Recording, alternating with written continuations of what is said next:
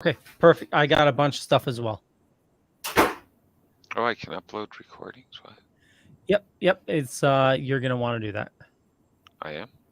Yes. Oh, I hit that? Did it give you a warning or No. Okay, you should be good. Okay. You are in fact watching The Dorkening.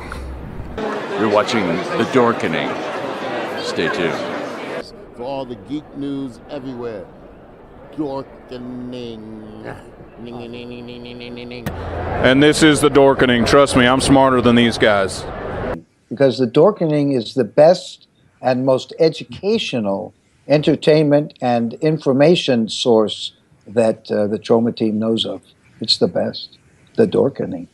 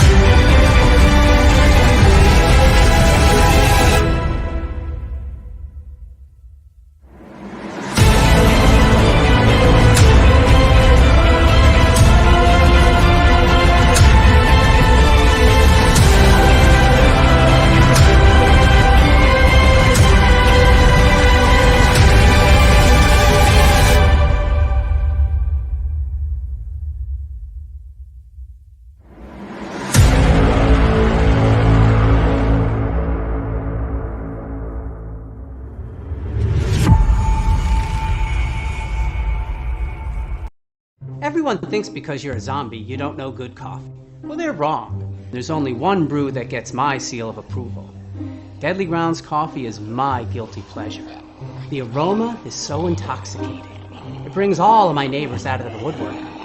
Deadly Grounds coffee. Coffee to die for, and zombie approved. It's good to get a little deadly. Use the front door! Oh, they're so disgusting. Hey, happy Tuesday, everybody. You're watching Splash Pages. My name's Leo. I'm the monkey behind the keyboard here. Tonight is going to be a fucked up episode. I'm just going to put it out there right now. Whoa.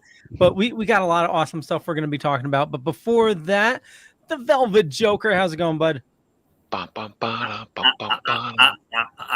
I'm feeling okay tonight because it's Tuesday night and it's Splash Pages night. Oh, yeah. It's singing. That's what I got to say. Correct. Oh, love it. Mr. Drew. No, pass. I'm here. It's going to be a weird fucking show. Pass. Jar Jar. I want Rich to sing again so I can dance. But it is already a fucked up night. I couldn't share at all during the preview there. For some reason, it doesn't give me the option to share it. It hates you. I had to hates do me. it. Yeah, it was weird. I had to do it from the Facebook page, not the group, which was odd. Ah. Yeah. So it is it a full moon or something? What do you got, like a Mercury on the rise? I don't know what it The is. Santa Anas are blowing follow in any of it. California right now. Yeah. I thought it was El Nino. I thought that happened 20 years ago. Yeah, it came back. Came back.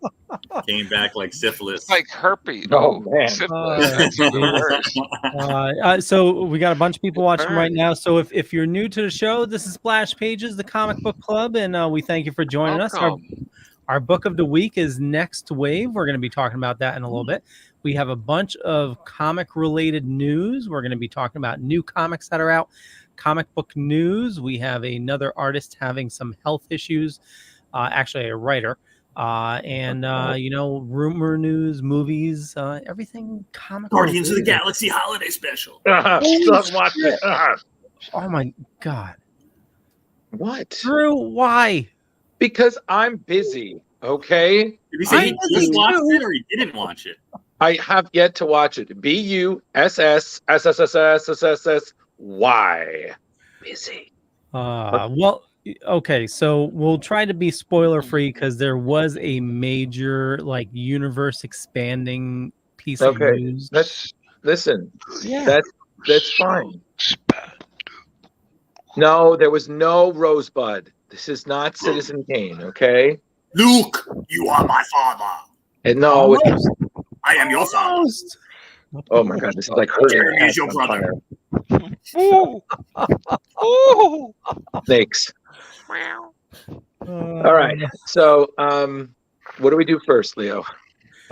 Well, let's see. So the main news, Peter David, he's a writer of stuff.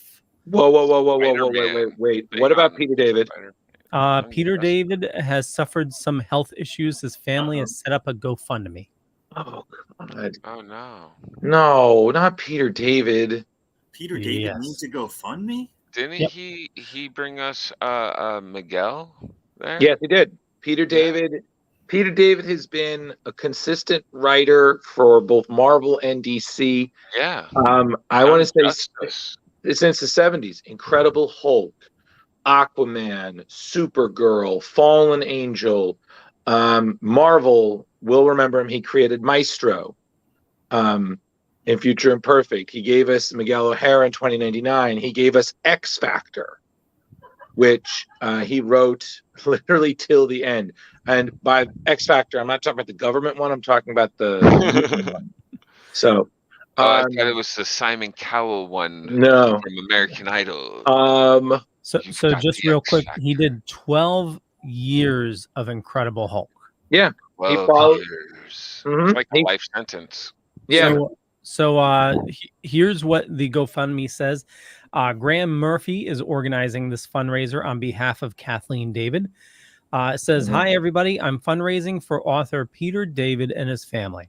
He's had some compounded health problems, and the bills are piling up. On top of kidney failure and the steep medical bills incurred from that, he just had another series of strokes and a mild heart attack. Oh boy.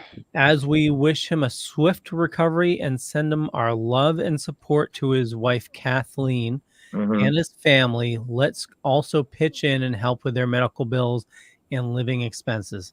Please give what you can to relieve some of the immense stress that this family is going through right now. On behalf of Peter, Kathleen, and the whole family, thank you. I have to chip in. He signed so many of my books. Yep. And it's funny because at one point I kept running into him at cons with my girlfriend. She just, because we both love his work so much, we just started calling him Grandpa David. Just because, he's an older man, ornery. Listen, he has always been great. He's got such a great sense of humor. Last time I saw him in person was, I think, 2019 New York Comic Con. Personally, I'm also a huge X Factor fan. I actually organized a group with one of our friends, Rich, our friend Kevin. I did an X Factor group, and we got to meet Peter David, and he loved it. He was like, "Wow, this is only the second time someone's done an X Factor group for me." I'm like, "You're welcome." What era did he do X Factor? Because I thought that was Louise Simonson. Yeah, at least in the beginning. He did. I would say it was the early 2000s era. So it's volume 3, I believe. All right. So that's when Madrox was running the show. Okay. Yeah, it's a fantastic run. Like, okay. I own all of it, and I will tell you this much: that is one X book never gets old. Yeah, it was the 2000s. Yeah, you're right. X Factor Volume 3. He started in the 80s. David took over Dreadstar during its first comics run with issue 41. After Jim Starlin left. Let's see. And don't forget, he also gave us Aquaman with the hook hand. That was all him. 7-issue Aquaman miniseries, The Atlantis Chronicles. Yep. And he also, like I said, he was also responsible for Supergirl being that alien. I believe it was the Matrix. So he did that with Gary Frank, the superstar who would later team up with a lot of Jeff Johns.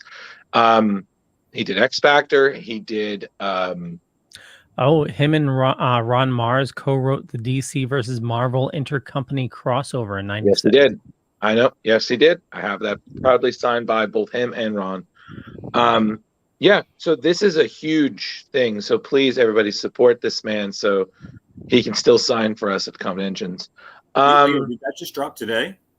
That sounds scary. Looks like it hit the news today. Kidney failure looks like is serious stuff. Kidney failure is really bad with stroke and a heart attack. It looks like it was started 3 days ago, and it was hitting the news today.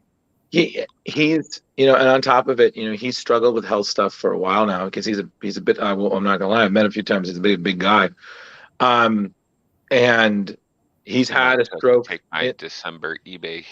He's had a stroke in the past, but he pulled through. So again, everybody, your heroes will not be here forever. So you get a chance to meet him, do it. Well, our thoughts go out to him and his family. Thankfully, we're in a day and age that a heart attack does not mean instant death. It's same thing with kidney failure. Yeah. Okay. Well, thank you, Leo. Because when you said that, I was like, oh no, my heart was just like.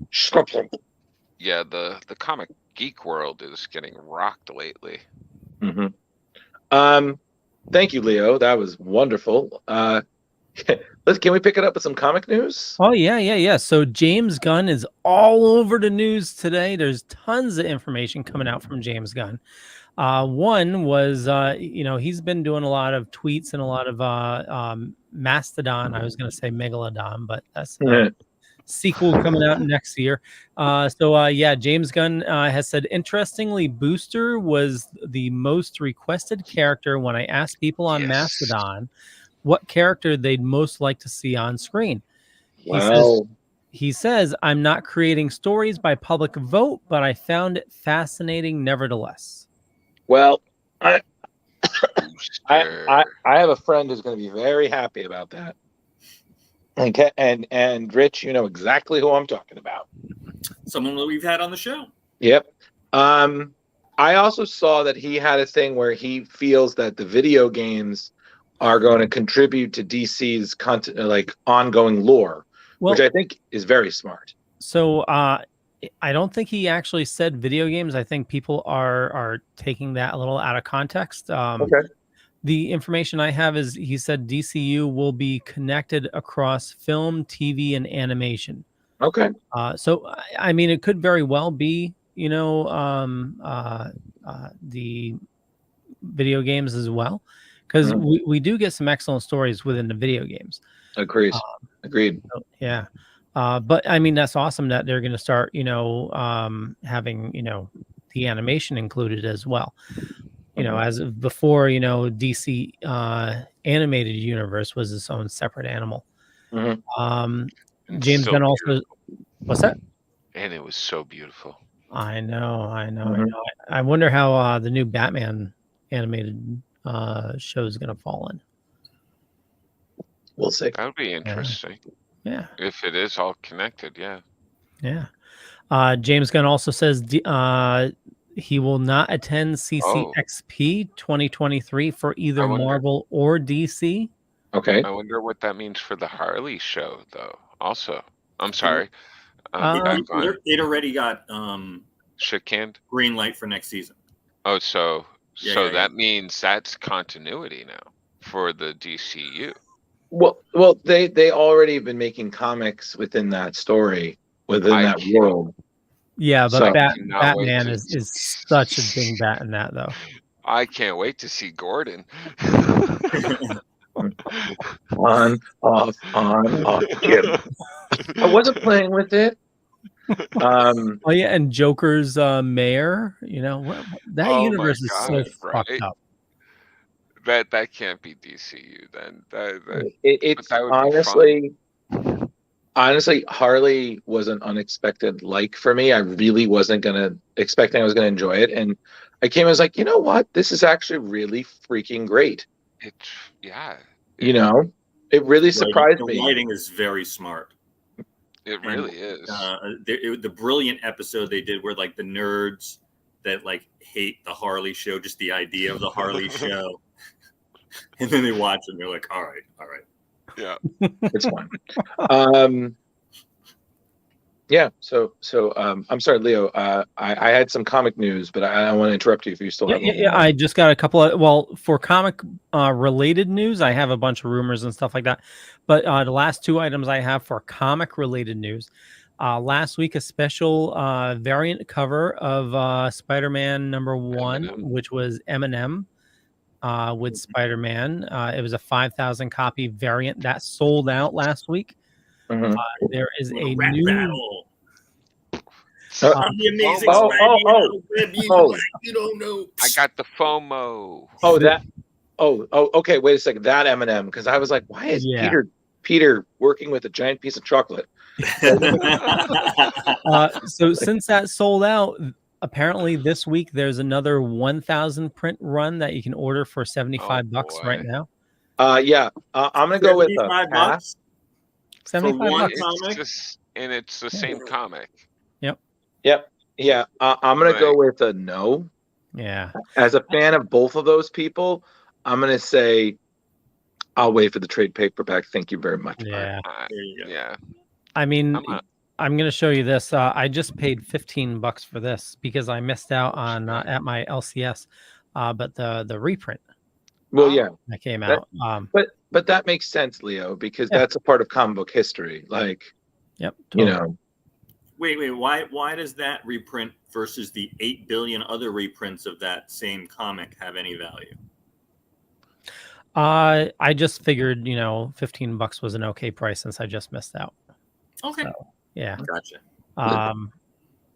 It's Leo, considering some of your purchases in the past, that's going to be pretty good, buddy. Yeah. So, Jeremy, what were you saying? I was just saying Leo had some FOMO. He had fear of missing out. Yeah. He wanted to make sure he got the book. Yeah, but at least I agree with him. $15, like that's not heartbreaking. $75, so I'm like, that's for a somebody's cover cell phone bill or something like that. Yeah, you could pay like a nice chunk of a bill, or something. And what does Eminem have to do with comic books? Well, like, don't get me wrong, I enjoy his music, but and listen, don't you remember the time he teamed up with the Punisher? It's like, what? Did he? Yes, he did. I miss it. No, sorry. Yeah. A lot of hip hop artists have connections and songs that involve comics. Oh, I agree with that. And even like Method Man, I think he even had a podcast that was specific to comics for a while. He did, and that's on Marvel.com, wasn't it? Yeah, and that's another reason he ended up on that episode of Luke Cage. Okay. Yeah. So, last item I do have is on comic book related news.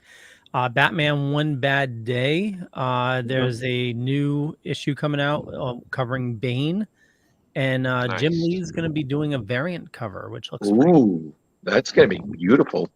Yeah. Did you pick up the new JSA today or tomorrow? Are you getting the new JSA? I am going to give it a shot. I am as well. Yeah, that's part of my comic book news, actually. Is it a new series? Yeah. Yes. Yeah. Jeff Johns is back in JSA. Yeah. Okay. Nice. Yeah. So for comic book news, there are a few things. I'm going to go over a couple of highlights and then some new releases that I thought are worth mentioning. One of the big ones is that a new Spidey villain is getting her own solo series. I don't know if you guys know about a villain. It's called Hollow's Eve. Not familiar with her. Yes. Well, apparently Hollow's Eve looks like some sort of like female. She looks kind of like a mix between like if Mary Jane took fashion advice from the Hobgoblin, but is still sexy. So her debut sold out in Amazing Spider-Man 14 last week. And because it's been so popular, her first appearance is a prelude to the upcoming Spider-Man X-Men arc, Dark Web. She's been so popular that they decided, hey, this new baddie, who's actually a longtime character of another Spider-Man, Ben Reilly, she got her powers from Madeline Pryor, who, as we know, is the evil Jean Grey clone, also mother to Cable. That's funny that you said that, Madeline Pryor, because when you were describing her, that's what it sounded like to me. Yeah, so that's the thing. She's not Madeline, but she get powers from Madeline. So yeah, essentially, this is all starting it's a new saga. So she's going to get her own limited series in March. It's going to be written by Erica Schultz and drawn by Michael Dowling. I didn't exactly see how many issues, but it's basically a 5-part miniseries, and it's going to be on sale March 1st. March 1st. So, I mean, looks interesting, and it's always nice to see a Spidey villain. But of course, since Spider-Man has so many, how will we ever know? Drew, have they introduced her yet? Yeah, she's already been. Like I said, she was introduced. Amazing Spider-Man 14 last week, and her from what I've seen, her debut sold out, so pretty popular. Wow! So they just introduced her, and they're giving her own series already. Someone feels pretty strongly about this character. Yeah, pretty much. So basically, they're going to be exploring her powers, her backstory. I mean, she's a loyal, longtime girlfriend of Ben Reilly, who, as we know, was Peter's clone, aka the Scarlet Spider. So we got that going. Hellcat, Patsy Walker, she has a new solo comic series that's actually going to be a murder mystery. It's a 5-part series. It's going to be written by, I believe,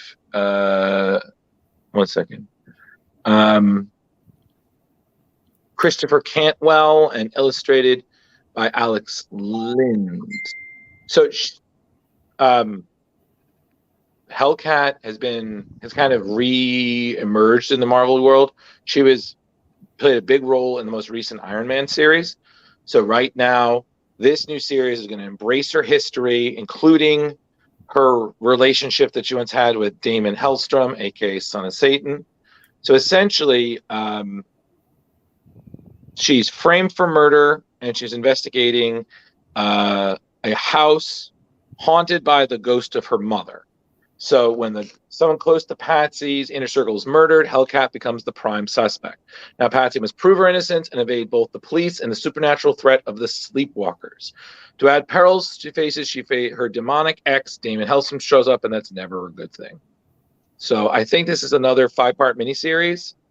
I was like, okay, I'm fine with miniseries. Sounds like fun. Yeah, 5-part miniseries, also out in March. This week is a lot of big stuff for Marvel. We're seeing the end of Jason Aaron's Avengers run, which began in 2018. The first issue of what's called Avengers Assemble Alpha, which is by Jason Aaron and the great artist Brian Hitch, unites essentially 3 different teams Jason Aaron worked on. It's basically going to be the capstone to his era of Avengers, which started in 2018 18 and has been pretty freaking big altogether. We're also seeing the return of one extreme team. So Chris Claremont and Salvador Luaca are reuniting for Extreme, and that's with an X, X-Men issue 1. So this is literally a new story that's set up after their original run. So a powerful psychic attack on Kitty Pryde from her own animal Ogun brings back the Extreme team back together for a high-stakes mission. But what secret is Ogun hiding? And will even the combined might of Bishop, Sage, Gambit, Rogue, Rachel Summers, Storm, Wolverine be enough to stop his insidious plan? Which I'm like, wow, we're bringing back the Extreme era. And one more thing that I would love to bring up is we're seeing a return to Planet Hulk. In a kind of Elseworld story. It's called Planet Hulk World Breaker. It's by Greg Pak is returning. Artist is going to be Manuel Garcia. And the plot is where 1,000 years from now, a young woman with green skin searches for the legendary Green Scar to help save her brother from a group of apocalyptic cultists. But which Hulk will she find? After all these years, is he truly the Sakaar son who will save us all, or the World Breaker? So, okay. I enjoyed Planet Hulk. I loved World War Hulk as an event.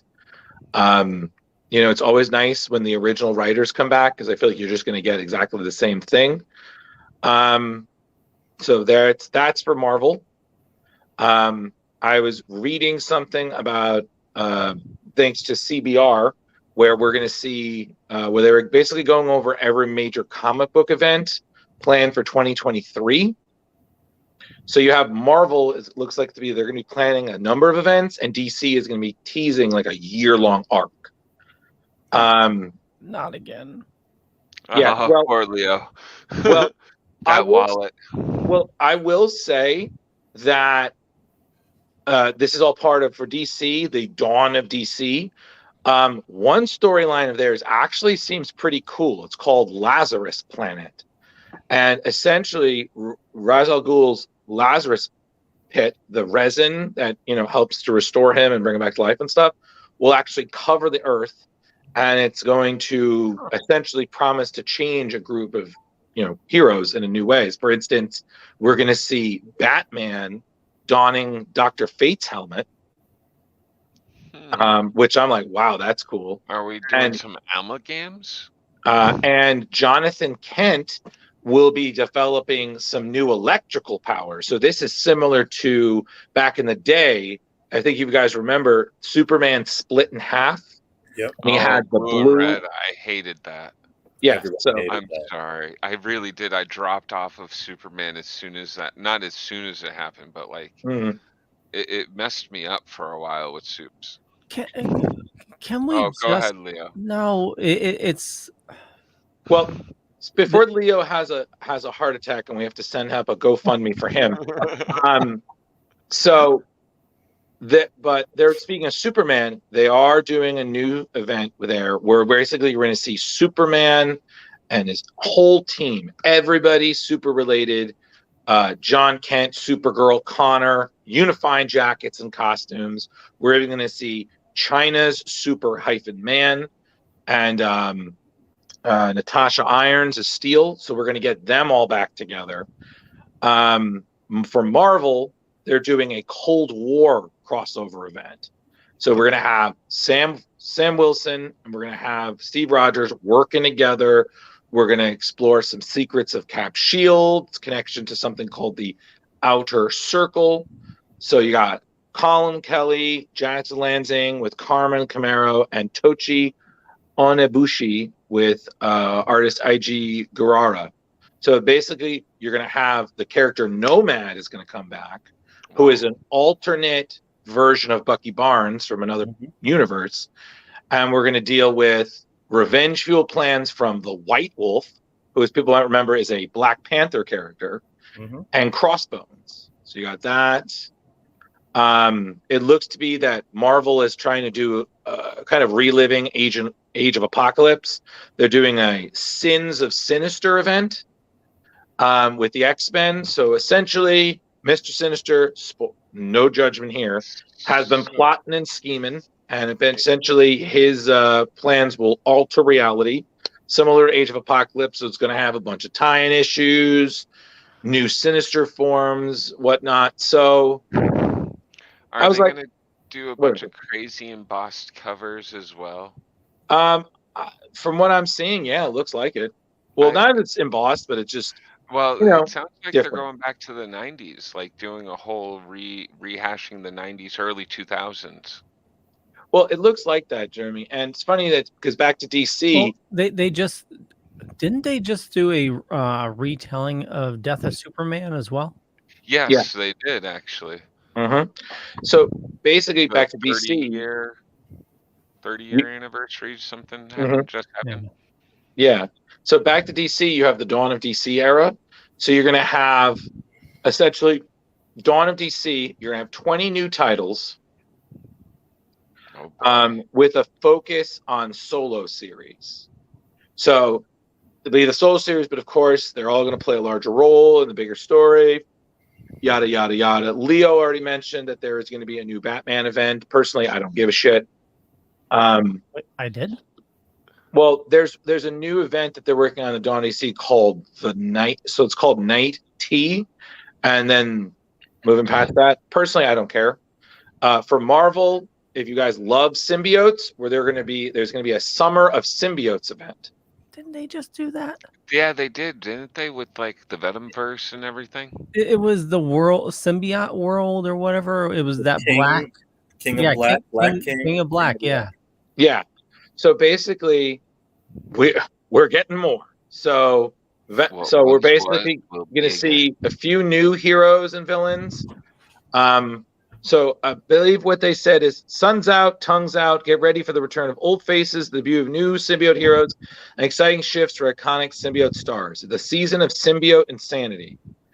So Leo looks upset by all of this. He's shaking his head. That man could be a bobblehead right now. Yeah. Well, Leo, you'll save some money this year.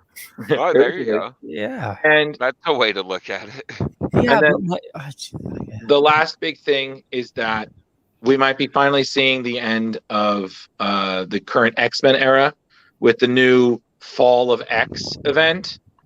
So this whole is Genosha gonna go down or something like that? They haven't really said anything, but didn't they just do a reboot of X-Men like 2 years ago? Well, this all the Hickman stuff. Yeah, exactly, Rich. So this is all the Hickman stuff that we've been building.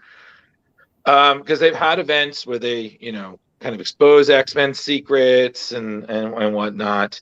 And you're already dealing with this crossover between them and the Eternals, Judgment Day. Personally, it's just a lot. And I'm sorry, I haven't cared in years, so I don't really care right now. That's main Marvel. And then with DC, there's a lot going on there. Personally, like Jeremy brought up, I think one of the best things that they're doing is we have the JSA issue 1, written by Geoff Johns, drawn by Mikel Janin. Personally, very excited for that, especially because that's going to tie into another series that they're working on, Stargirl and Lost Children, which is continuing the story that they had from the All-Star special about a year or so ago. I heard something they're doing like a Golden Age. What's the Golden Age thing going on right now? Well, they're working on bringing back more of those Golden Age heroes. But I don't recall. I mean, I'm not seeing anything here on what I'm reading.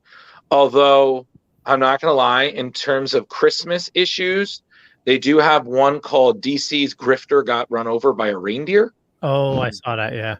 And I'm very excited about that because I do love a good Christmas story. And it looks like it's an anthology series. So let's see. Who made it to the nice list? Hawkman, Black Canary. Is that Animal Man on the naughty list? And how did Grifter find himself in the targeting sites of those pesky reindeer? Get one for you and an extra loved one for their stocking. You will be glad you did for this holiday song celebration. I was like, all right, maybe I'll check that out. Grifter got run over by a reindeer. Reindeer. And then the last thing to bring up in terms of new releases, Wildstorm. is having a 30th anniversary special. DC has been really making a lot of an effort to bring these characters back into the DC universe. And as we know, this is Jim Lee's baby. So, so 30 years. Basically, this is going to be a 100-page issue for $7.99. You're going to have, there are going to be reprints. There's going to be new stories, old stories. It's going to be great. What a deal. I know. $7.99, Leo. So I was just going to add my 2 cents of when you said Grifter got run over by a reindeer walking home from the LCS on Christmas Eve. Oh. Leo, I know that you're the monkey on the keyboard and part of this is your network. So I say this with love. Get out. I just want to say this week is the week of number ones. You could say one is the loneliest number of one. Well, I wanted to add on to Drew's saying Marvel has their new Star Wars book coming out which has like 8 first appearances coming out in it. So Star Wars is starting their whole new universe. So Jeremy, there is going to be an event there. It's called Hidden Empire. Personally, I don't really care too much about the Star Wars universe. I don't either. So, but like the book, those who are into the books and the movies and the shows and everything, they are expanding on that universe quite a bit. Oh, yeah. I know nobody did. Did anybody watch Andor? I did. You did? It was good. Yeah. I like it. In the end, I actually ended up enjoying it. Did you watch the post-credit scene? Oh, for the first time ever, I did not think to do that. Oh my God! Okay, man, you gotta smoke. All right, I gotta go back. Do you want to know what it is? Yeah, sure. Why not? These guys don't care. Yeah, this is a spoiler. I know. So Andor was in jail. Yeah. Oh my God. You know where they kept on building those pieces? Mm-hmm. Those, you want to know what those pieces are? I'm assuming. No, go ahead. They're critical pieces to the laser of the Death Star. I was assuming, but so the last scene, you see robots using those pieces, like putting things together. And then so we are getting a season 2. Yeah. Yes, they did confirm that. Andor somehow made enough that a season 2 has been justified. That is somehow enough. I agree, Drew, because like so many people were hating on that show. Well, it had such a slow burn, but then like you realize that it was not about Andor. It's like the birth of the rebellion, and just there was just so much background story that was just amazing. There's a fan theory going around that little red robot is supposed to be K2SO. Maybe they'll do like a transfer into his body. That would be interesting. That's great, Leo. I'm waiting for 000 to make an appearance. So yeah, that's all the news I had. I just wanted to go over, these are all the number ones this week, which is pretty crazy. And you already, so you have Thanos Death Notes #1. Oh, Darth Vader's got another one too. Well, that's issue 29. Oh. It's not a #1, Leo. Thanos Death Notes #1, Planet Hulk World Breaker #1, Extreme X-Men #1, Avengers Assemble Alpha #1, and Peter Parker and Miles Morales Spider-Man Double Trouble, Double Dwibble #1. Yeah. Who are the Avengers in the Avengers these days? Man, listen, Rich, there's so many Avengers at this point. I don't even know anymore. Everybody in an Avenger? I think I made the joke to somebody last night that the Avengers are like the Law and Order of the Marvel universe. Eventually, everybody gets a cameo. Yeah. So DC has Marvel beat this week with #1s. There's so many. Oh my God. Now, some of these I admit are annuals, but here's all the #1s for this week. Batgirl's annual #1, Blue Beetle Graduation Day #1, DC's Grifter Got Run Over by a Reindeer #1. Why don't you move over? Detective Comics annual #1, John Stewart, The Emerald Knight, #1. Justice Society of America, #1. Nightwing Annual, #1. Nubia and the Justice League Special, #1. Superman Kal-El Returns Special, I like #1. that cover for JSA. Yeah, right. The Huntress, so cool. Mm-hmm. The variant's also pretty good too. But Leo, I'm just again, there's so many #1s, man. Yeah. And like you said, Leo, like a lot of them are annuals. So I'm like, okay, but like, well, three of the 9 are annuals. Right. So I mean, that still leaves you with what, 6? 6. So yeah, this Justice. I might have to have my LCS put this aside for me. Oh yeah, I heard good things about Nubia. You know, she's a good character. Oh, sorry, I thought I put on JSA. I'm sorry. Yeah, check the variants out. The variants for it are gorgeous. Where's the JSA? This is it. That's what I'm going to say. Yeah, that's all Michael Yannon. I mean, he does great work. You know, but I'm telling you, Leo, definitely check out. I saw the variants for it. Oh, they're gorgeous. Oh yeah. So, Justice Society of America: The New Golden Age, Part 1. There you go. So, Rich, I think that's what you might be talking about for the Golden Age. Yes, that's what Leo was talking about. Mm-hmm. So, yeah. So, well, that was new comics. There's a bunch of rumors this week for movie news. Just want to go over some of the stuff real quick. Let's see. We lost Jar Jar. Where'd he go? I don't know. He didn't want to get spoiled by the rumor. Yeah. All right. So what's up? Okay. So again, take these totally with a grain of salt because these are from the hidden communities of the Marvel and DC spoilers. Oh boy. But they are saying Tom Holland signed a new contract for Spider-Man #4. Sony wants to film out by 2024. Okay. James McAvoy said he definitely did not get the call for Professor X in Secret Wars, and if he did get the call, he would not tell us. Smart. Again, these are all rumors.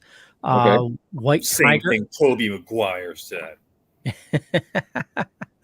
White Tiger, possibly major role in Daredevil Born Again. Oh, okay. Aubrey Plaza confirms a pivotal role in the Agatha spinoff. He did. I saw that. Yeah. Amelia confirmed. I don't even think that's a rumor at this point. Nah. Okay. Well, just to be safe, I'm calling it a rumor. All right. For legal technicalities. Yeah, exactly. Amelia Clark is called Gaia in Secret Invasion. She is the daughter of Talos. Okay. William Jackson Harper from Good Place. He'll be playing a character named Quaz in Quantum Mania. Okay. Speaking of Quantum Mania, a new like 3D display was leaked, and Bill Murray has top billing with the rest of the other characters, saying that he's playing a larger role than a lot of people thought. Oh, well. Hey, it is what it is. No one's ever going to believe it. Yep. Marvel to get the rights back to Namor in the next 2 years, along with Hulk reverting back to Marvel in the next 2 years. Yeah. And this year was a big rumor. A new actor will be playing Batman in the DCU. Pattinson will continue to be the solo Batman, the Batman in the solo Matt Reeves movies. Well, okay. I mean, that's fine. Yeah. I mean, again, that's the thing about Batman is anybody could be Batman. I mean, two of us could be. One of us can't. Well, because it betrays his villainous roots. Well, that I mean, from what James Gunn and was it I forgot the other guy's name. Peter Safran or something. Yeah. So I mean, they brought Cavill back. So I mean, you would think Affleck would make a return. So again, like I said, all these are rumors. So we'll take them all with a grain of salt. Okay. Yeah. So do you want, before we get to the book, do you want to see what happened with Jeremy? Yeah, let me text him. He said he'd be right back. I texted him already. Oh, okay. Well, thank you. No. So, I can show you a new pop I got. Yeah, we saw that last week. Okay. Well, I'm trying to kill time. He's excited. Well, I mean, He's a big fan of Kevin Smith. Rich can always just start singing again. Well, how about a new book I got? Well, I'd like to remind everyone, if you guys did not already check out, we did a fantastic interview last week with Mr. Mitchell Whitfield. Yeah. And, you should definitely check that out on YouTube. I'm assuming it's up there, right, Leo? It is. All right. Nice. Yeah. Which will be our part 2, because Drew was the one who initially interviewed him at Rhode Island Comic Con. True story. So we're hoping we can just complete the trilogy with having him back on the show. Yeah. You know, I actually just got a reply from him just this morning, and he said he can't wait to come back soon. Boom. There you go, Leo. We did you good. You know, Yay. Mr. Publicity. You know, Well, he was a lot of fun to have on. So it's I still think the next time we have him on, we just do a board game with him. We do the first Splash Pages board game with the celebrity. I don't know how, but it's definitely doable. So while we wait for Jar Jar, we didn't even talk about Guardians of the Galaxy. Yeah, we did, and Drew said he didn't watch it. Okay. I didn't watch it, okay? And I do not want it spoiled for 2 reasons. One, I love Christmas movies, and you both know this. Number 2, Guardians is one of my favorite Marvel properties because I think it's actually funny versus haha Marvel, everything's a joke funny. And 3, reasons 1 and 2. So don't spoil anything. Okay. Yeah. Well, so, but there was something interesting in it, which is probably what Leo was talking about, which is sort of MCU impactful. And I'm certainly not going to ruin it for you, Drew. Okay. But I will tell you that is something that is certainly not canon in the comics. So, of course, the nerds will be in an uproar. And that sort of news, the sort of like the fan theory, enthusiasts have been saying that is going to play an important role in Quantumania. Okay. Makes sense. It'll be Kang-orific. It will. It'll be King Rama-Tut-licious. You know what? I'm still really impressed with how he looks in Quantumania. Like the second I saw that, I was like, wow, that to me made a little bit more of a stronger case for him being this big overarching villain in the next saga of Marvel. I'm looking forward to it. I'm looking forward to different. No, Justin, we did not confirm Mephistopheles. Okay. Yes, we did. Mephistopheles, yum yum bumblebee tuna. Yeah, didn't we hear it's going to be I thought it was going to be Mephisto was confirmed. No, I don't know. No, So, no one knows. So just real quick, non-spoiler initial thoughts on Guardians of the Galaxy Holiday Special. Go Velvet Joker. Well, I did a non-spoiler TikTok, so you should check that out on Velvet Joker 1. But I mean, it was a great holiday fun. It had singing. I don't think it's anyone's surprise. It was certainly in the trailers that Kevin Bacon's in it, and he is tremendous in it. Drax and Mantis make a great couple. I could totally see that being a solo movie. I know Drax is. I think he might be kind of poo-pooing on Marvel right now, but maybe that could be something to bring him back. Other than that, I don't want to spoil anything, but it was great. I don't usually like holiday movies. I like murder in my holiday movies. I don't think there was any murder in this. Just almost a few beatings. But no murder. What kind of holiday movies are you watching? I think, Rich, listen, if you invite me to a holiday party, I'm going to respectfully decline and just say it's for the distance. Yeah. Yeah. I've said before, I like, the Santa Claus episode of American Horror love the Story. Santa Claus.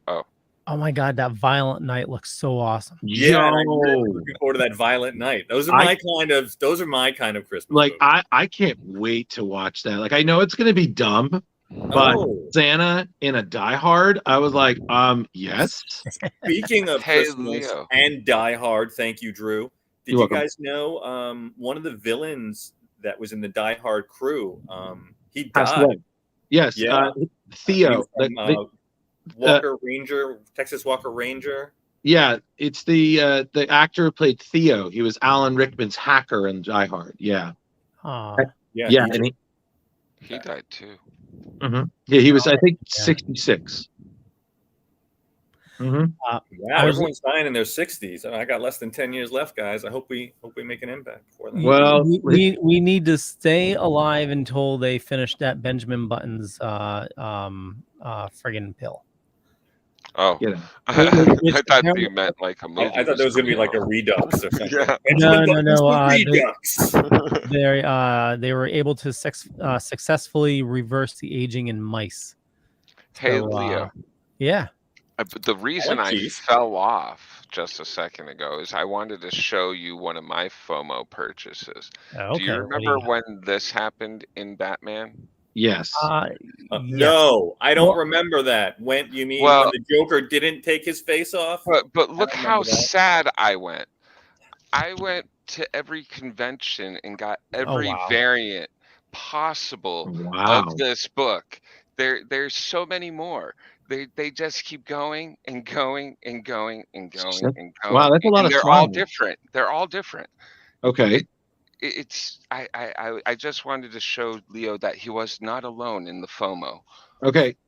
Jeremy, do I even need to ask how much all that was? Oh, No.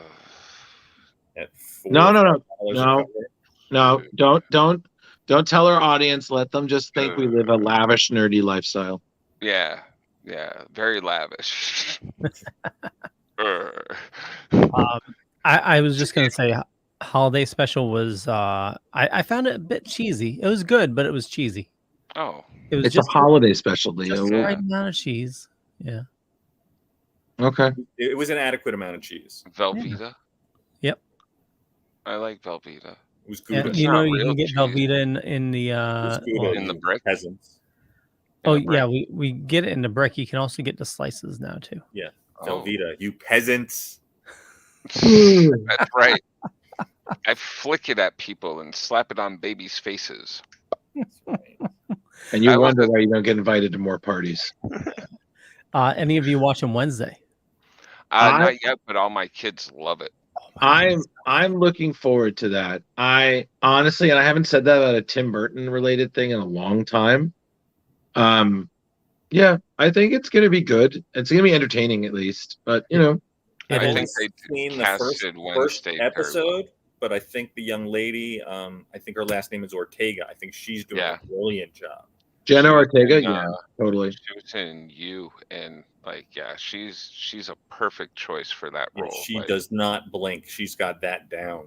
Yeah, they made it a point because I think she did a scene, she didn't do it, and Burton was like, "Do that," and she doesn't blink any of her scenes. She's just.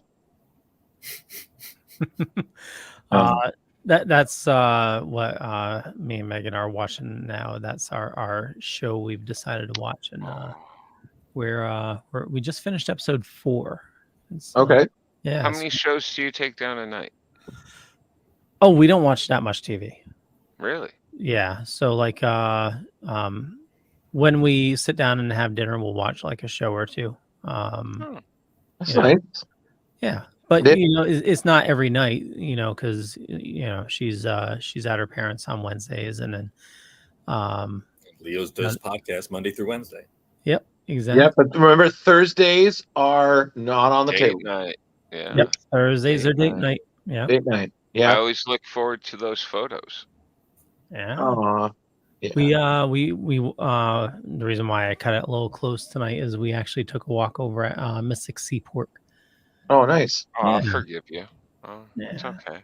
All right. So, Drew, before you delve a little bit too deep into the comic book, because I think that's about where you're about to go. Is that yes? That's literally what I was about to start with. Okay. I have a question. First of all, this is Next Wave. Next Wave Marvel. I'm totally going to let Drew introduce it, but I have a question. So we have the team, right?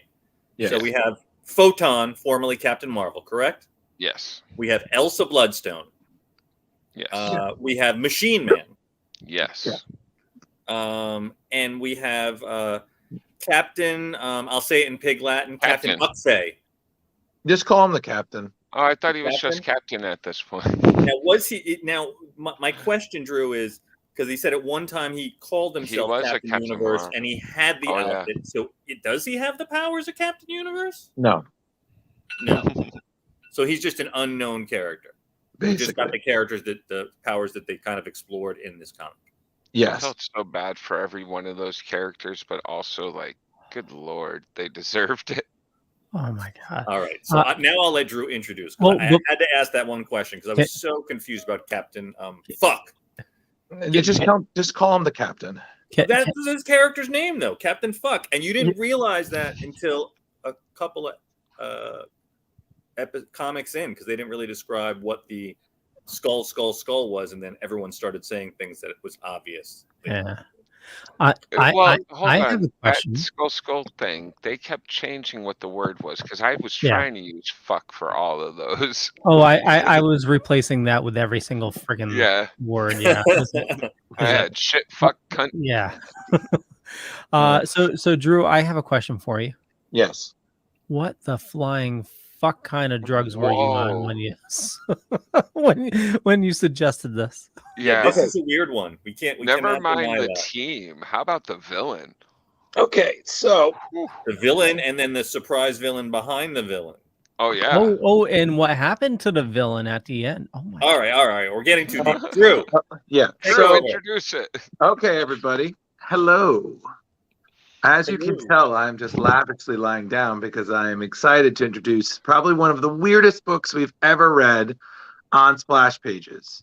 So, to answer that question, welcome to Next Wave, the brilliant love child of Warren Ellis and Stuart Immonen. Honestly, kids, I'm going to be real with you. You got to read this to believe it because some of it is just... It's fucking weird. So, this primarily is the love child of Warren Ellis, who people would know as a writer who did Planetary and The Authority back in the day, who literally said, and I quote, "I took The Authority and stripped it out all the plots, logic, characters, and sanity. It's an absolute distillation of the superhero genre. No plot lines, characters, emotions, nothing whatsoever. It's people posing the street for no good reason. It's people getting kicked and then exploding. It is a pure comic book, and I will fight anyone who says otherwise, and afterwards they will explode." Welcome to Next Wave, Agents of Hate. So, what do you guys think? So the Agents of Hate, like the Agents of S.H.I.E.L.D. What happened? Yeah. I'm just for people that don't know out there, Agents of Hate is much like S.H.I.E.L.D. Yes. Yes. But different. But much wackier. And instead of Nick Fury, we've got what is this guy's name? Captain Dirk Anger. Dirk Anger. Dirk Anger. I knew this was going to be fucked up one day, and he was making a call, and this giant telephone comes down. Oh my God. I just want to point out the koala bears were one of my favorite. Oh, drop bears. Drop bears. Drop bears. Listen, so the point of this, everybody, is if you're still with us as you watch these insane images, is you have the most unlikeliest group of people stuck together, traveling across America, dealing with weird fucking shit. We're talking weapons of unusual mass destruction. And they one find of them out to be an Avenger. They find out the people who put them together are actually terrorists trying to destroy the world. So they decide to say, fuck it, jack their ride, and go around stopping this shit. Not only jack their ride, they steal their marketing plan. Yes, that too. So, and the best part is that these story arcs are extremely short. Warren Ellis specifically made them 2-issue story arcs. And this only lasted 12 issues, which made it a very short read. Or as Mr. Rich over there said, I finished it in one night, which I can't tell if that's a compliment to his reading comprehension or if he was just like, I don't know. I just kept smoking and this started to make sense. It was just so weird and I enjoyed it. And I appreciate this. This comic is not for everyone. No. Definitely not. If you like a weird story and you like, I mean, this is kind of like pulling together like a Guardians of the Galaxy.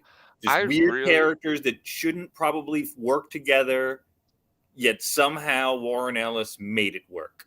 So I have to ask, guys, I want us each to go around. So here's what I'm asking. Who was your favorite character? What was your favorite origin flashback? And what was your favorite story arc in this 12-issue craziness? So because Leo insulted me, he'll go first. Okay, I'm not good with names, but the robot is friggin' hilarious. That would be Aaron. Okay, so or Aaron Machine Man. calling everybody fleshy ones. Yeah, the fleshy ones. Oh Come my here, God. fleshy one. My favorite origin story has to be the redhead. Oh yeah. How like Bloodstone. Yeah. So like the creature she gets in. Oh my God, how the father like circumcise him. Yeah. I was like, what? Now, Leo, you realize that's the character from Werewolf by Night. Yeah. Yep. Okay. Yep. Yeah. Once I put 2 and 2 together, it's like Bloodstone. Wait, is that Werewolf by Night? Oh yeah, it is. And the storyline, I mean, it's they're all just so friggin' good. Yeah, but what was your favorite? If you had to pick one. I would say the most memorable right now, other than Fin Fang Foom, which was hilarious. That was fucking funny. I would say the Molten Men and that demon from the weird dimension or whatever. Oh yeah, the dim dimension. Dim dimension where he took $100 and oh yeah, and he wanted one of the Suicide Girls. Yeah. In order to take over the world. Yeah, $100 and a Suicide Girl. No blondes. Yeah. Okay. Rich, what about you? Dude, so much of it. I can't pick one thing. There were so many weird, cool things like the broccoli zombie people in the fields. Right. Just Captain Fuck. Everything about Captain Fuck. Did you like that he decided they could kill the broccoli because they were human. The constant jokes about Fing Fang Foom having underpants. Yep. Rich, did you enjoy that when the captain got his power, that he thought the people giving him were leprechauns? He beat them and then he puked on them. I thought and he ends up beating them up because he thought they were going to give him gold coins. Yep. It's all crazy and fun, and I don't want to ruin the end, but like the end of what? Yeah. Because there are 3 different who you think is the main bad guys at one point, and it is not Mr. No One or Mr. None Such, whatever. That is definitely not. He's who they build up for the whole series of being the bad guy, but then that last, I don't know if it was 1 or 2 last comics, it really gets more involved, and you're like, what? And then you're like, wait, what?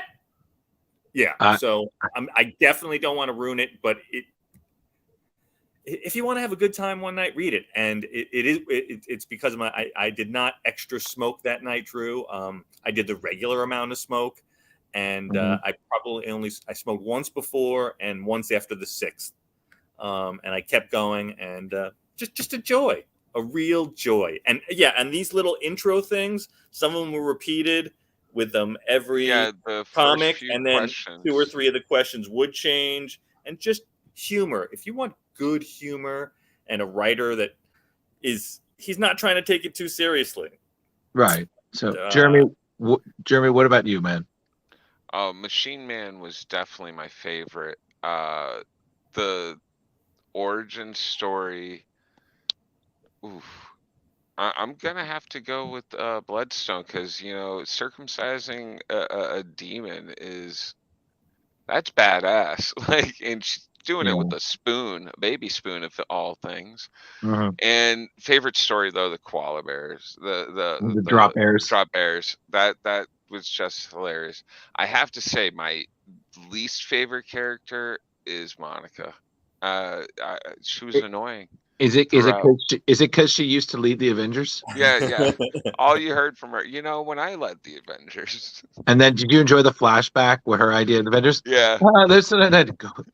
Stop and go. Shut up and go make the Avengers dinner. I was like, wow, Captain America, you're a schmuck. Can we not mention how many times Mr. Anger or the Lieutenant Anger, whatever his name is, was trying to kill himself in very creative ways? Yes. This cop story was really good. I have to admit, I really got into this too. Him, he was right there. Look, he's trying to blow himself. Shoot himself in the head. But dude, I didn't know if he was doing the erotic asphyxiation or what at first. In the later books, I was like, "What is happening here?" And then I guess for me, it's so hard to choose, but I there is a soft spot for me for Aaron, especially because later on he played he was a significant character in Marvel Zombies 3, and I think it's the same version of him referring to his fleshy ones and being about drinking beer. Mm-hmm. They were all so white trash people. They were so horrible. But I okay, for me, favorites, I think it was just for me what I enjoyed the randomness of the backstories, like Elsa's backstory about how she had to kill the damn thing with a fucking spoon. I'm like, what the hell? Wasn't she thrown in a well as an infant? Yeah. And then you had Monica had no problem. Babysitter. Monica had no tried a friggin' dog. Oh yeah, that was crazy. Yeah, but for me, like the fact that the Celestials were all like, Aaron, you're a shit. Like, you're such a fucking shit. Get out of here. Get rid of him. Yeah, just get out of here. They're like, what an ass. Like, I was like, wow. Like, you spend a year with the Celestials and they're like, you're garbage. Go home. That killed me. But there were just some moments that killed me. Like, I'm sorry, when they went to about the captain's origin story and they showed what his mother did to his teddy bear, that fucked me up. I forgot about that, and I saw that. I was like, I'm sorry, what? Like, no wonder this guy doesn't like bears. Or how about how they made him stand down? Yo, the Celestials calling him. Yeah. That was crazy. The new Paramounts were what a villain. But personally, my favorite arc is the one where we see Rourke Anu, who is just a dumb version of Dormammu, make a deal with the Beyond for $100 and some of those Suicide Girls. I liked seeing the mindless ones replace the citizens. That was great. Mm-hmm. And the citizens are dead around the ground, and the mindless ones are like playing pool and stuff. Yeah, they're playing pool. They were driving taxis. They're skateboarding. I think my favorite was the pterodactyl. The pterodactyl man. I could have sworn I saw them doing like West Side Story. Yeah, they're like. Yeah, and I was just like, I'm sorry, this is so dumb, it's so good. And then at the end with the demon, how the captain just fucks him up because basically he's getting tired of everybody saying he's useless. Mm-hmm. I was just like, man, this book, but. Oh, when the bomb drops on the captain right there, that was hilarious. Tick. What is this ticking? But honestly, I think for me, one of the best parts in it was the ending, because the last issue, you just have like these endless fight scenes, and you don't even need to understand what the hell it is. You're like, what the fuck are they fighting? And so I have to say, as much as I love the story, so much credit goes to Stuart Immonen. I mean, what a phenomenal artist. I mean, everything looked beautiful. Yeah, it all popped. The second to last issue, wasn't there like 8 splash pages? Yeah, like in a row. Yeah. And also what I love is that Stewart literally, when he's showing everybody, when he meets that guy who alters everyone's reality, they're all under his control.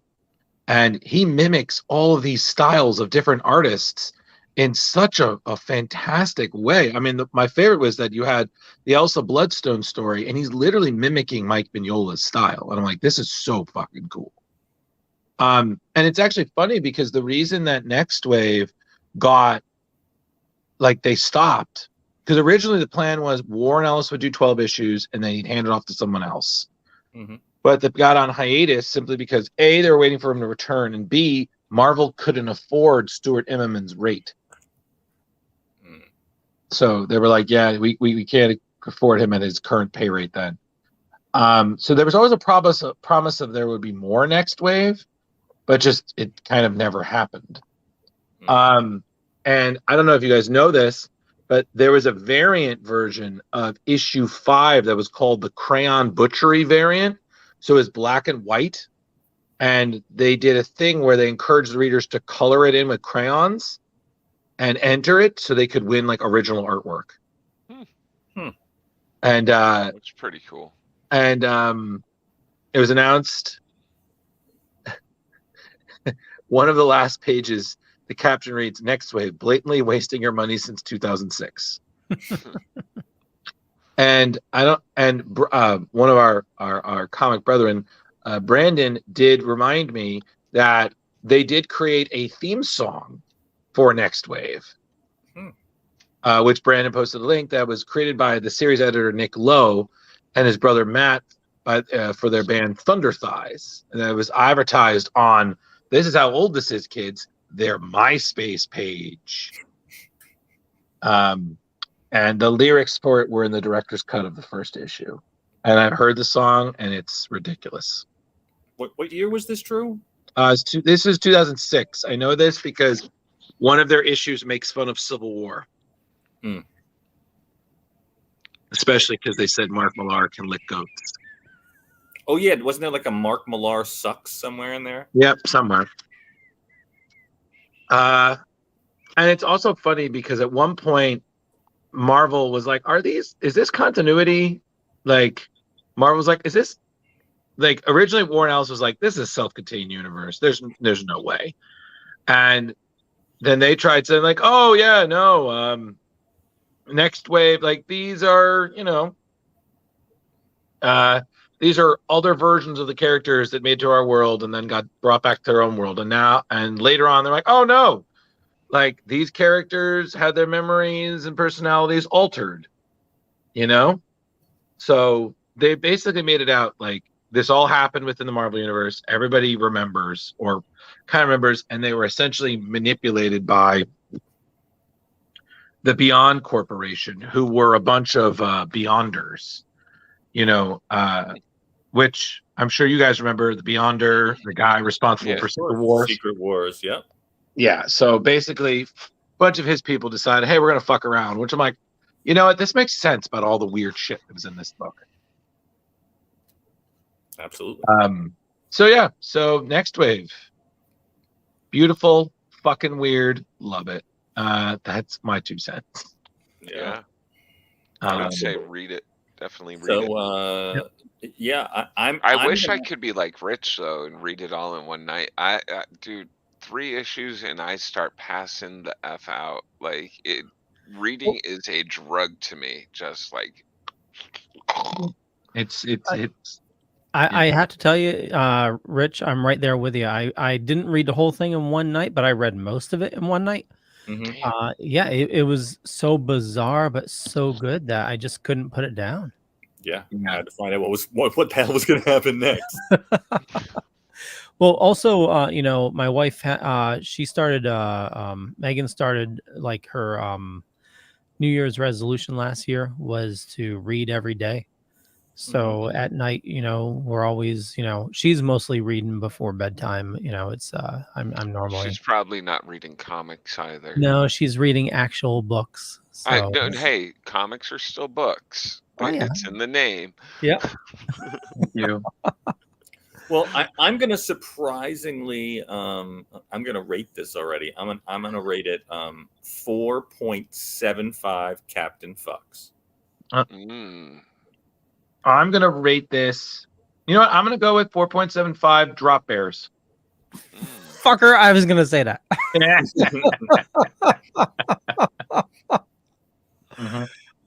Jar Jar. I'll stay at a nice 4.75. Yeah, 4.75.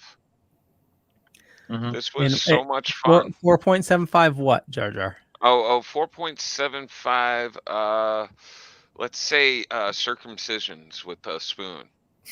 You fucking asshole.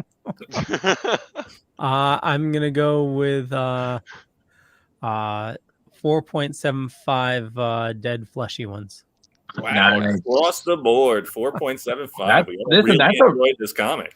Wow, that's a rare thing. Very rarely are we all on the same page with the book. I just have to say, we didn't bring it up once. The friggin' in the beginning, people are the Elvis of snack food. Like, what the fuck?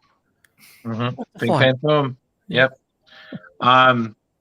It's just so funny because I was reading what Ellis was talking about, because I had to do my research just in case someone didn't like what they read. So I was doing research and I pulled up one of his old interviews about it. So let me see if there was anything funny, because let's see.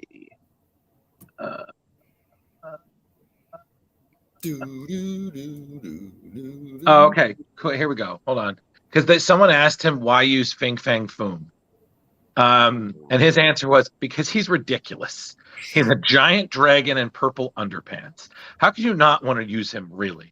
I will admit to taking on certain Marvel concepts is certain ridiculous. I was looking through the web and found a shot of the cover of Shogun Warrior that had this giant robot 300 feet high but no knee joints. How intimidating is that? Let's see. I'm trying to think if there's anything else.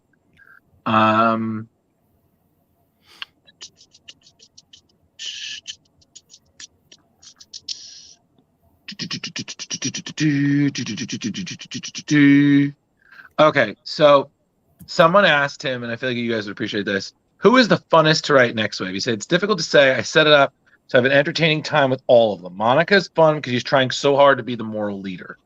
Elsa's fun simply because I'm writing her as a posh English girl, kind of like Lara Croft if her mother had a drinking problem while she was in the womb. The captain is a lot of fun, barely there, quite mad.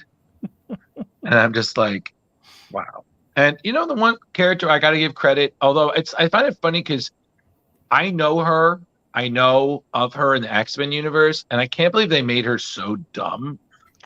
But Boom Boom. Yeah, Tabitha Boom Boom from X-Force. Yeah. Oh, that's the blonde? Yeah, the one she can make explosions, small and large, of different sizes. Okay. She's a mutant. She was not that stupid. She was stupid in this. Yeah. Like that's how she survived. Though, she it worked for her. She didn't have a brain for Hose Bush Band. Yeah, but I need to say this. Mind you, we forgot to talk about the return of Fobrush, man. Jesus Christ. Dude, yeah. I was so happy to see him there. I was like, that's fantastic. I never get to read a story with him in it. But I have to be honest with you, my God, I forgot about her flashback with Cable. That shit killed me. Was just, Tabitha, I need your help holding up this really heavy gun. I'm like, I can't. I can't.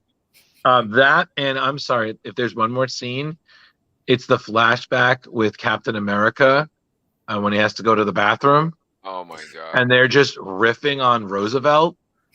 And I was just like, wow. Well, there's that one part there's Oh, and they steal his piss. Just stand up, and that should impress Roosevelt. That's exactly. I'm like, what the fuck?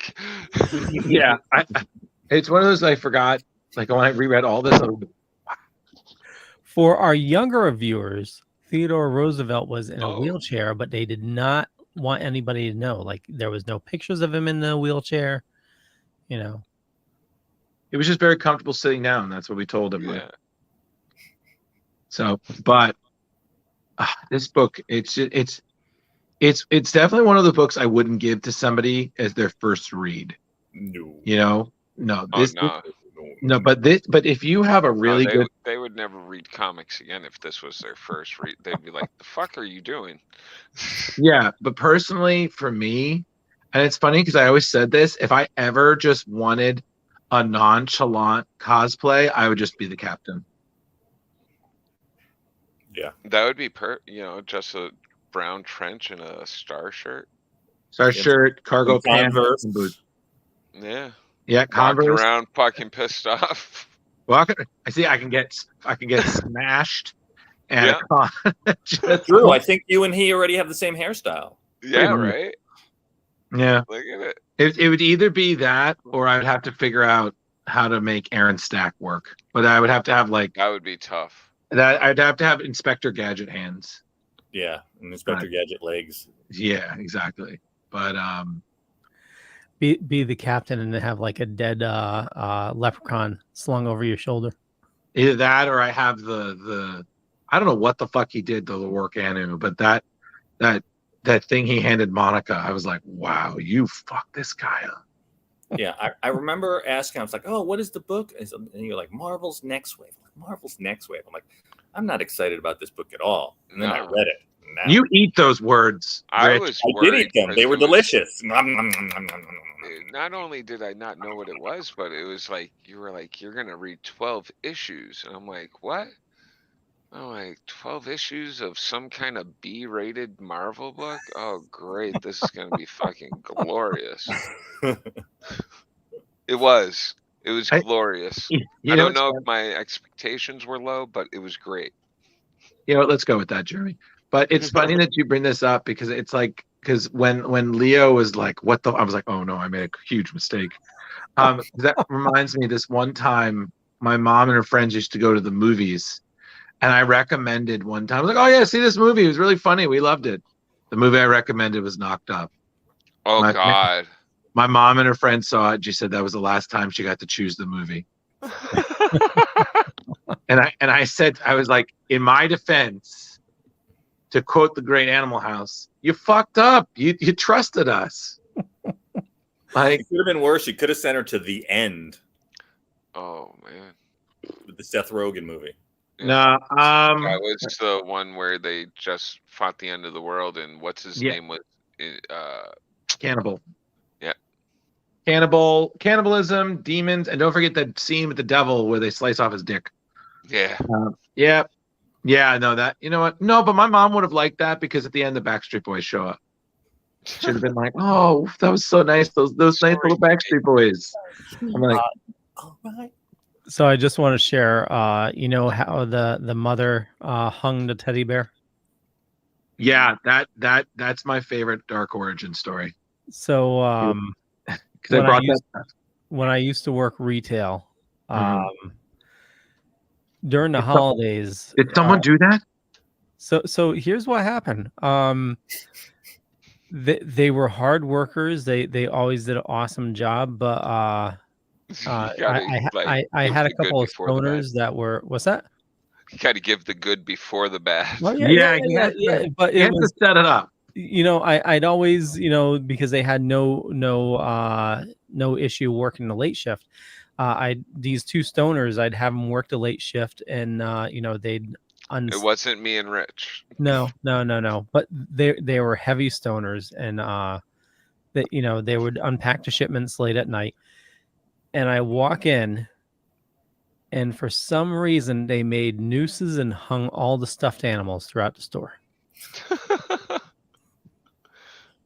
Well, that's it, kids. Christmas is canceled. It was like, and it was a video game store, so it was all like, it was Sonic and Mario and Donkey Kong, all hung with nooses throughout the store. Wow, you had Lawsuit City going on opening that store. Yeah, the kids would have walked in and been like, "What the fuck happened to Mario?" The worst I can just say this now. Well, kids, a predator got into Super Smash Brothers and made a trophy room out of everybody. The worst was I went in late one night to check in on them, and just as I'm lifting the gate, there's a piece of software flying across the store, and it hits it. They tag one of the friggin' water dispensers for the fire. Oh no, dude. Oh, That's no. like gallons Oh upon my god! gallons And we're upon. just seeing it shake, and it's like, holy shit! Don't go off! Don't go off! And it was Oh no, my it didn't go off, but it was Yeah, just you break one of those. I've seen that happen in construction. That's no fun. And especially there's no fire. That's a hefty fine too. Oh yeah. So we were totally against the fire code. Like they would stack video game systems to the ceiling. Rich, what year? Not Rich, Leo, what year was this? This had to be late 90s. Yeah, there were no stinking codes back in the 90s. There were no codes except for there if was you one had a year Game though. Genie. Holy shit! We had a huge stock of Sega Genesis, and they were stacked to the ceiling. And he went to go grab one, and he didn't grab a ladder. He just we would call him Monkey Boy. He just hold on to the railing and just pop up and pull the system down. And he pulled a little too hard, and a whole stack of Sega Genesises came down and fell on a customer. Oh shit! Yeah, luckily. Wait. What game? Like my neck, my back, my No, neck, no, my the back. systems. The systems. Okay, because I thought the game. I was like, ma'am, I don't have to tell you this. You almost got killed by E.T. I'm just imagining really horrible something just you got killed by all our excess copies of Ghostbusters, the Sega game. I'm sorry. That was a good game. Oh, I know it was a great game, but I'm just saying, you don't want it to kill you, literally. Yeah. So, Leo, you were the manager there? Assistant manager. Okay. Did you leave on your own, or did they ask you to go? No. I GNC offered me my own store, so I left. Oh, okay, gotcha. Yeah, okay. I thought maybe management might have asked you to go. Oh no. Actually, I was doing such a good job that they started sending me to other stores to get them in shape. Oh man, Leo was a closer. Oh, dude, I totally went against the rules. I would totally redo the whole layout of the store just because you were such a rebel, Leo. I was, because I knew the product, and I knew, okay, if we're gonna move this stuff here, we're gonna move more of it, and it gave certain things, certain placement and stuff like that. We were always number one in our district. It was you failed every corporate visit, didn't you? Oh, they loved me. They loved me. So it was. Yeah, we made money, so they left me alone. They always love you when you make money. This Fantastic Four origin is great. Yeah. Woohoo! Retail making $11 an hour. All right, so I think that's it, right, Leo? Yeah. Okay. Well, Did we do it? Well, everyone, Next Wave didn't get too much, although they did make cameos and other stuff, most notably getting dispatched in off-panel in Marvel Zombies versus Army of Darkness. True story, they did show up, and they did die. You can see Aaron Stack in Marvel Zombies 3 and 5. And yes, he's still drinking beer, and he's still calling humans fleshy ones. Fleshy ones. Definitely need to cover that if we get a chance, because it's great. Next Wave. Fuck yeah. That's all I got to say. Leo, cut the check. Sign up. Let me put my water down. Mm-hmm. There we go. I want to thank everybody for watching this fine evening. For me, just Google Leo Pond. You find a bunch of stuff. Could be true, could be not. I'm not going to say which is which. But I run the Dorkening Podcast Network. Head on over to thedorkening.com. You can see all the latest episodes there. And with that, George. Hey! Check out Comic Book Lovers Buy, Sell, Trade, and Auction House on Facebook to get all of your comic book, toy, geek, dork needs. Everything. You can buy stuff there. And also, please be on the lookout for the Loose Cannon show. It's coming back, and I'm working on it, and I'm going to have product soon. So please be on the lookout. Woohoo! Woo! Mr. Drew. Oh, hi. My name is Mr. Drew. I recommended this fine product, And if you're interested on what else is somehow lodged up here and is yet to been removed by a medical professional, you can find me on Facebook, Instagram. One of these lovely schmucks is probably going to say my Instagram name again because they all always do. I'm on Screen Rant. I'm a general nerd, and honestly, I never check my voicemail. So, love it. Good evening, and you guys know me. I'm your man, Rich Davis on Facebook, Velvet Joker 1 on the TikTok, and reach out. Here I be. Okay, we'll catch you guys later. Ghostbuster Man 1984. I hate you.